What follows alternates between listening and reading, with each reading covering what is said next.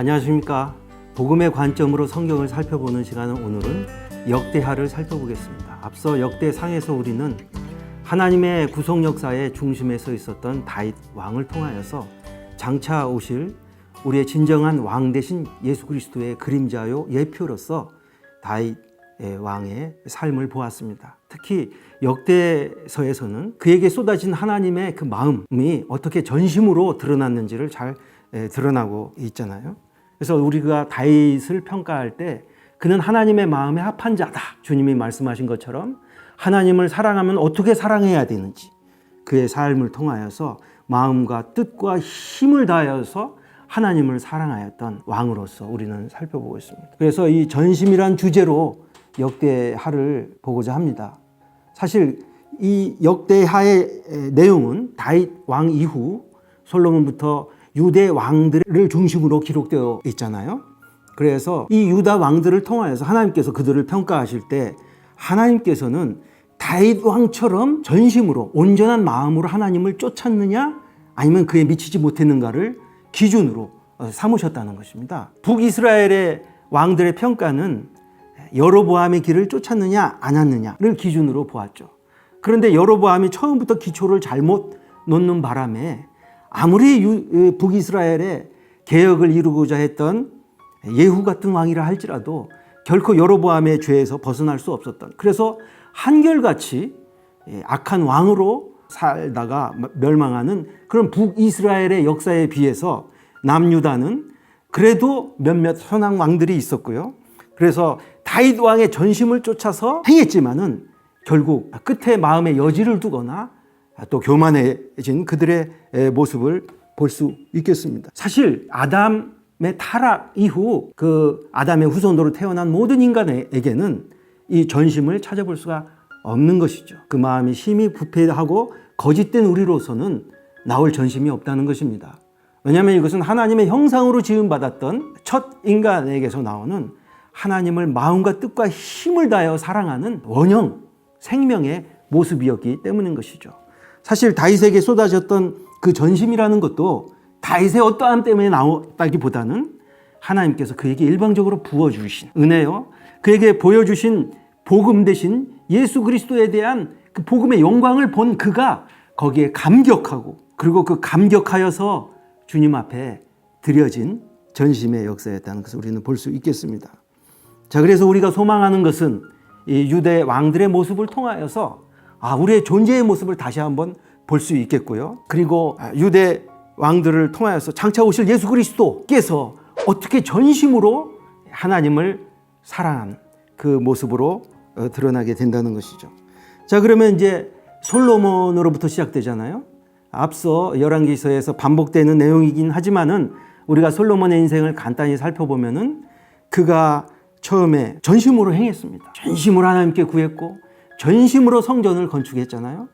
그런데 그가 나이가 많아 늙음에 그가 취한 1000명의 첩들이 그 왕의 마음을 돌이켰다, 이렇게 기록되어 있습니다. 그래서 하나님께 향해야 할 그 온전한 마음이 마음 한 자락이 옮겨지니까 어떻게 타락으로 이어졌는지를 우리는 역사를 통해서 똑똑히 보게 됩니다. 역대하 16장 9절에 보면 이 역대하의 모든 내용의 핵심 구절처럼 보여주는 구절이 있습니다. 아사에게 주시는 말씀인데요. 여호와의 눈은 온 땅을 두루 감찰하사 전심으로 자기에게 향하는 자를 위하여 능력을 베푸신다, 이렇게 기록되어 있죠. 하나님이 원하시는 한 사람, 그것은 하나님의 온 땅을 두루 살피시면서 하나님을 향하여 전심으로 나아가는 그 한 사람을 찾으신다고 주님. 하나님의 관심과 시선은 그렇게 쏟아져 있다는 것입니다. 전심인가 아닌가. 뒤에 이은 왕들의 모습을 잠깐씩 살펴볼까요? 르호보암이 솔로몬 뒤를 이어서 왕이 되었잖아요. 그 첫 3년 동안은 여호와를 의지했습니다. 왜냐하면 경계선이 갈리고 여호와를 경외하는 레위 사람들이 예루살렘으로 모여들었습니다. 주님을 섬기는 성전이 있는 예루살렘에서 르호보암을 도와서 그로 하여금 하나님을 의지하게 하였어요. 그러니까 하나님께 그를 강성하게 했습니다. 근데 강하게 하니까 교만해졌습니다. 그래서 그를 낮추시기 위해서 하나님께서 애굽 왕 시삭으로 그를 겸비케 하셨습니다. 그때 돌이키고 하나님은 진노를 돌이키시죠. 그런데 말이죠. 르호보암이 자기 세력이 또 굳게 되니까 여호와를 의지하는 마음을 굳게 하지 아니하였더라. 그러니까 그의 마음은 상황에 따라서 늘 이리 갔다 저리 갔다 주님을 향한 전심의 마음이 아니었던 것이죠. 결국은 우상 숭배로 그의 인생을 마치게 된다는 것입니다. 자, 그의 뒤를 이은 아비야가 짧게 다스리고 뒤에 일어난 아사는 선한 왕 중에 한 명이었죠. 일찍이 여호와를 찾았다 이렇게 기록되어 있고요. 이 위기의 때 하나님께서 구스 사람 세라가 100만 대군을 이끌고 쳐들어왔을 때 아사가 백성들을 함께 부르짖습니다. 여호와여, 약한 자와 강한 자 사이에는 주님밖에 없습니다. 오직 주님만 바라봅니다. 주님은 그에게 큰 놀라운 승리를 주셨죠. 승리해서 돌아온 그를 선지자가 맞으면서 잘했다. 여호와를 의지하라. 여호와를 찾으면 만난 바 될 것이다.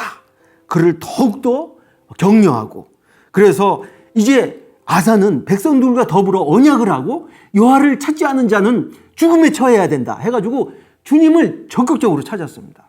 자, 아사가 35년 동안 이렇게 해서 하나님께서 그를 강성하게 하셨는데 36년에 북이스라엘 바하사가 쳐들어왔을 때 말이죠. 그때 구스 사람이 쳐들어왔을 때만큼 주님을 전심으로 찾고 나갔으면 좋았을 뻔했는데 아사 왕이 인간적인 방법을 쓰잖아요.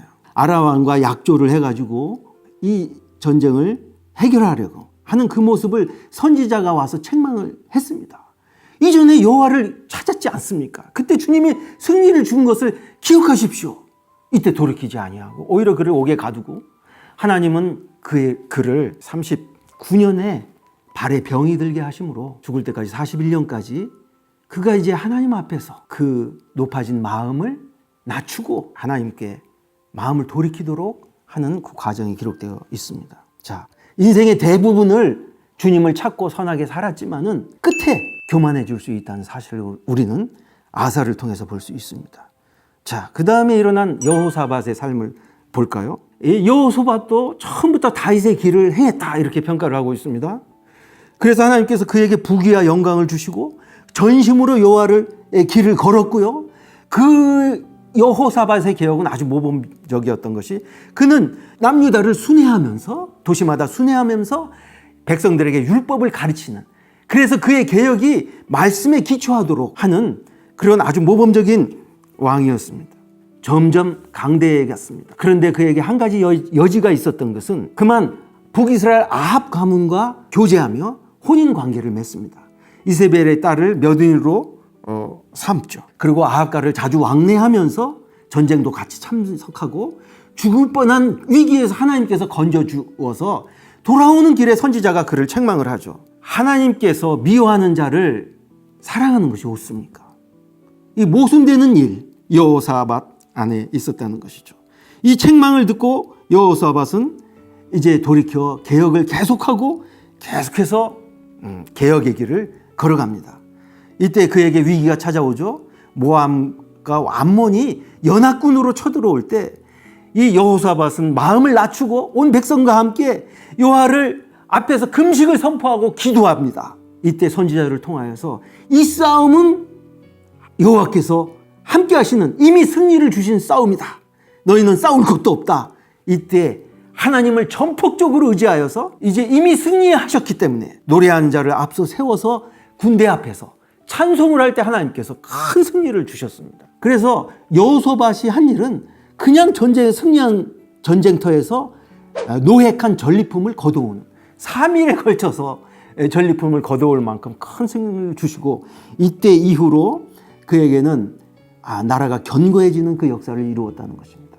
하나님께서 이렇게 승리를 주셨지만 그에게 있는 한 가지 끊어지지 않는 여지는 계속되어서 마침내 그 이세벨의 딸을 며느리로 드리게 되고 또 계속해서 북이스라엘 왕과 교제하며 왕래하는 그의 모습을 통하여서 그 여지가 어떻게 흘러가냐면은 우리 잘 아시는 대로 남유다의 그 악한 이세벨의 영향력이 그대로 흘러 들어와서 멸망하기까지 가게 되는 비극의 주인공으로 서게 될 수밖에 없었다는 것입니다. 자, 이세벨의 악한 영향력이 신약교회의 두라디아 교회에서는 거짓 선지자 이세벨을 용납하고 그로 더불어 행음하게 되는 지경까지 이르게 됐다는 것이죠. 교회로 행음하게 하는 이 악한 영향력이 그대로 오늘날까지 아마 주님 오실 때까지 신약교회를 파고 좀먹는 악한 영향력으로 남아있다는 것입니다. 그 시작이 어디서부터 시작되는 거예요? 여호사밧, 그렇게 개혁적이고 모범적이었던 여호사밧 안에 있는 마음의 한 자락, 그것을 끊지 못한 여지가 이렇게 무서운 결과를 낳을 수 있다는 것입니다. 이런 관점에서 이후에 남유다의 왕들의 모습을 보게 되면 이후 북남유다에는 정말 위험한 순간이 있었습니다. 이세벨의 딸 아달랴로 말미암아 유다 왕가의 그 씨앗이 그냥 멸절 위기의 가운데서 요아스 젖먹이만 살아남아가지고 대제사장 여호야다가 그를 성전에 6년 동안 숨기고 7살 된 그를 세워서 하나님께서 다윗의 등불을 끄지 않으신 역사를 기억하시죠? 그런데 말입니다. 이 요아스도 그 여호야다 대제사장이 살아있는 동안만 에는 여호와를 찾았고 개혁을 하고 성전도 보수하였습니다.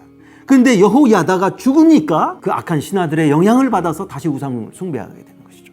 그러면 그가 그동안 그렇게 여호와를 찾고 성전을 보수하고 했던 것은 하나님 앞에서 한 것입니까? 사람 앞에서 한 것입니까? 그의 마음의 실체가 드러나게 되는 것을 볼 수 있고요. 그 다음에 이제 우시야 왕을 보게 되면은 52년간을 다스리면서 정말 하나님을 찾았습니다. 그리고 그의 이름이 애굽의 변방까지 그냥 드러날 만큼 강성하게 되었습니다. 그런데 성경에서는 강성해짐의 마음이 교만하였다.